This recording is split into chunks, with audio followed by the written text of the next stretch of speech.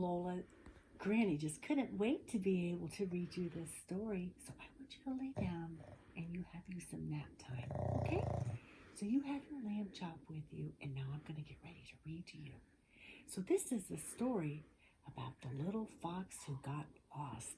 Don't you know we love to go outside and walk around by the woods and see animals? So this is about the little fox who got lost. So here we go.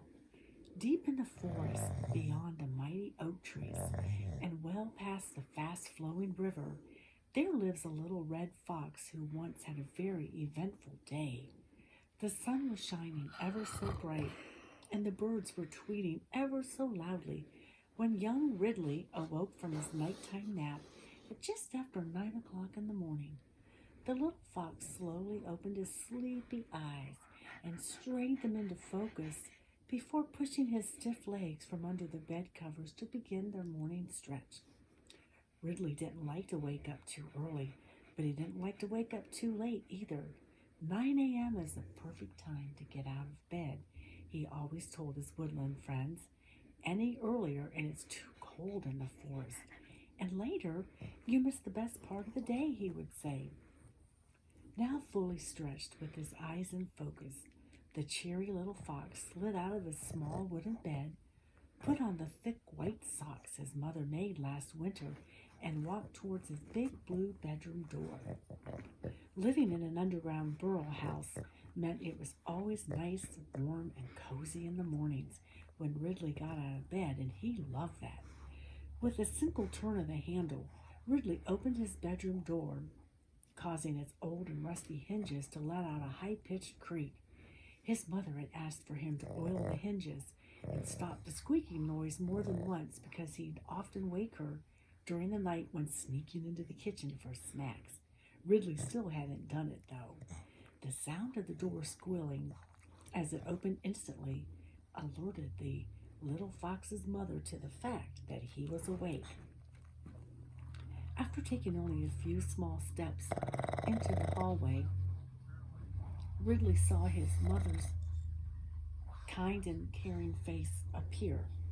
"Good morning, darling," his mother said in a cheery tone. "I hope you slept well." The young fox smiled and nodded at his mother. "I made some breakfast for you. It's on the table," she said, while pointing into the kitchen. Ridley walked towards his mother, gave her a big squeeze, and then walked towards the table where his breakfast lay. His mother had cooked his favorite breakfast this morning, a blueberry pie. As soon as he sat down at the table, the happy little fox picked up a spoon, put a napkin in his lap, and began to eat what he thought was the tastiest blueberry pie his mother had ever made. "Thanks a lot for the amazing breakfast, Mum," he said between mouthfuls. "You're welcome, dear," his mother exclaimed as she sat down beside Ridley at the table. She put a hand on Ridley's shoulder as he engulfed yet another mouthful of the luscious blueberry pie. "I need you to do something for me today, Ridley," she said. "I need you to go out and pick some more blueberries because Mrs. Badger came by earlier, and she loved the smell of your pie so much. She asked if I'd make one for her and Mr. Badger.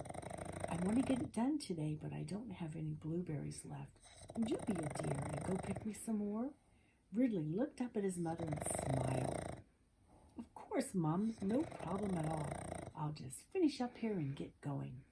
That little fox scraped his spoon around the bowl that used to contain his blueberry pie to get the last mouthful before placing it in the sink and heading towards the bathroom to brush his teeth.